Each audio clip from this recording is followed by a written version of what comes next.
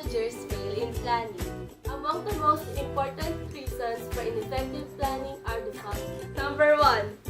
Lack of real commitment in planning. It is almost certainly true that people would rather fight fires, meet crises, or kill snakes than plan.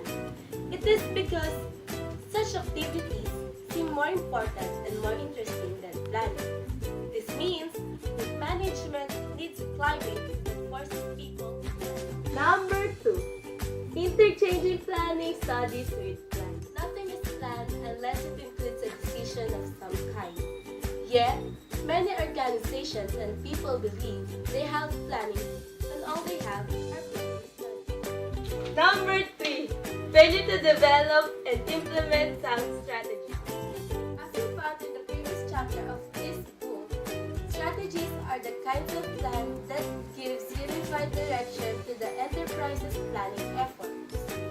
Without a sound strategy, which is often the case, plans go in the wrong direction. Moreover, unless implemented by an action plan, it only becomes a statement of vision and goals. Number 4. Lack of meaningful objectives and goals. Planning cannot be effective unless goals are clear and attainable. Like supporting plans, goals must be defined to the light of strengths and weaknesses and many internal and external environment forces that may influence their activities. Number 5. Tendency to underestimate the importance of planning premises. If plans and decisions in an organization are to be consistent, that is to fit one another, they must be implemented if a system of planning is to be completed. 6. Failure to see the scope of plans. Some managers get so wrapped up in developing major and minor programs that they neglect to see other types of plans. Remember, all must involve analysis and decision making and must be implemented if a system of planning is to be completed.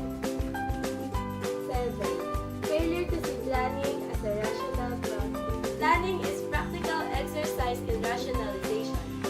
It requires clear goals, a knowledge of alternatives, an ability to analyze alternatives, information, and desire to come up with the best possible answer.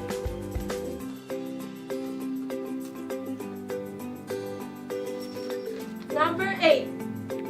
Too much reliance on experience. Experience, as has been indicated, may likely to be a dangerous teacher simply because what happened in the past may not likely fit the future situation.